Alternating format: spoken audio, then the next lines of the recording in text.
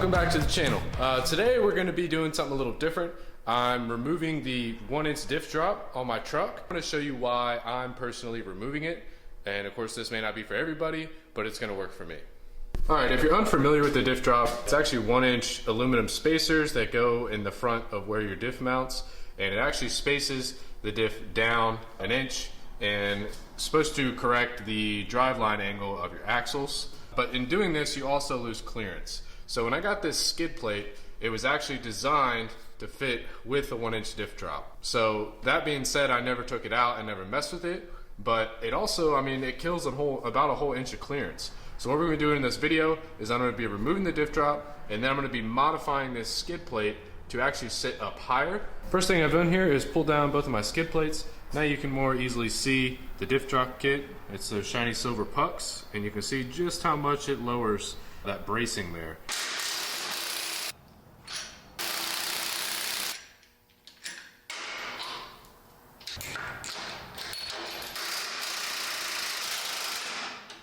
Now looking at our skid plate, we've got our pucks lined up with our mounting positions. This measures to be 3 inches tall from base to the top here.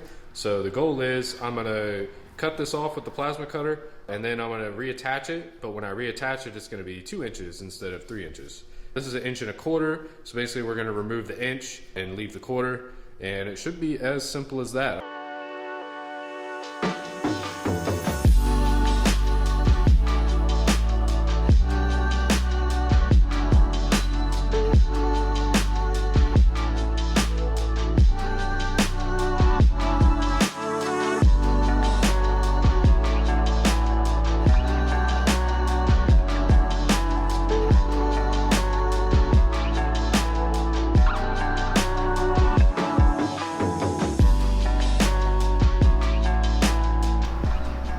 Got all of our posts cut down to size. Actually ended up being a little bit of a change of plans.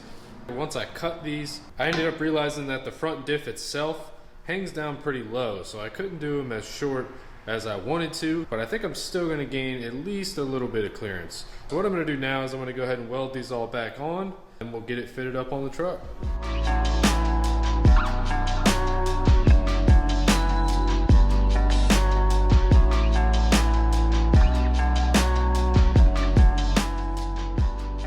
Got them all welded on. We're gonna wait for it to cool down a little bit, throw a little bit of paint on the exposed metal, and then we'll go ahead and put it back on the truck.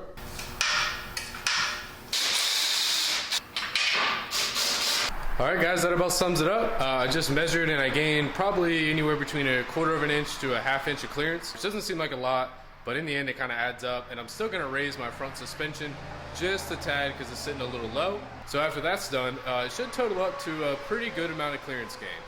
As always, don't forget to like and subscribe, and we'll see you next time.